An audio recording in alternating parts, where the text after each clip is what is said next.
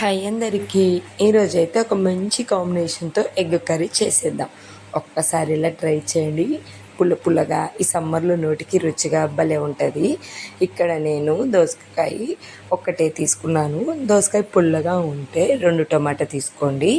నేనైతే 3 తీసుకున్నాను. ఇది పప్పు దోసకాయ కాబట్టి ఒక ఆనియన్, అంటే ఓన్లీ డిన్నర్కే చేస్తున్నాను. 2 పూటలు కాదు, ఒక్క పూటకి సరిపడా. ఒక నలుగురికి అయితే ఫస్ట్ అయితే ఎగ్స్ ఉడకబెట్టేసుకొని ఆయిల్ వేసుకొని పసుపు సాల్ట్ కారంలో మనం ఆయిల్ని ఇలా రోస్ట్ చేస్తే మంచి టేస్ట్ ఉంటుంది.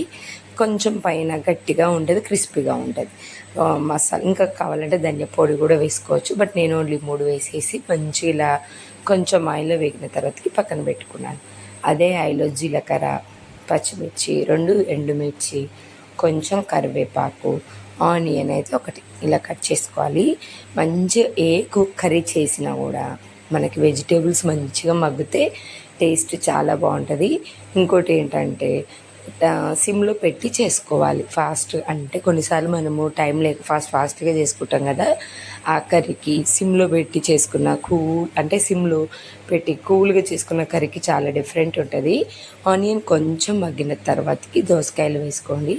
దోసకాయ కూడా కాస్త మగ్గగానే టొమాటో వేసుకోవాలి. మంచిగా ఇక్కడనే అల్లం వెల్లుల్లి పేస్ట్ వేసి లిడ్ పెట్టి మనకి టొమాటో దోసకాయ బాగా ఉడికిందాక ఉంచేసి ఇలా కలుపుకోండి. మంచి స్మెల్ వస్తుంది. ఆయిల్లోనే వెజిటేబుల్స్ మగ్గడం వల్ల స్మెల్ బాగుంటుంది. ఆ వాటర్ బయటకు అంతా వచ్చేసి ఆయిల్ కుక్ అవుతే టేస్ట్ బాగా. ఇంకా ఇక్కడ మసాలాల కింద ధనియా పౌడర్, గరం మసాలా, కారం, కొంచెం దోసకాయ పుల్లగా ఉన్నప్పుడు కారం కూడా ఎక్కువ పడుతుంది.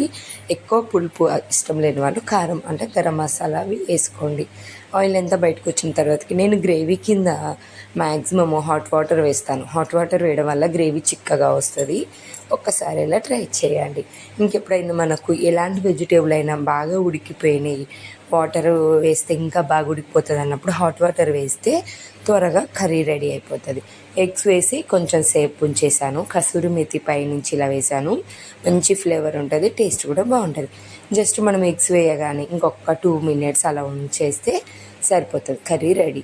దోసకాయ టమాటా విత్ ఎగ్ ఈ కాంబినేషన్ అయితే బెస్ట్ అండి.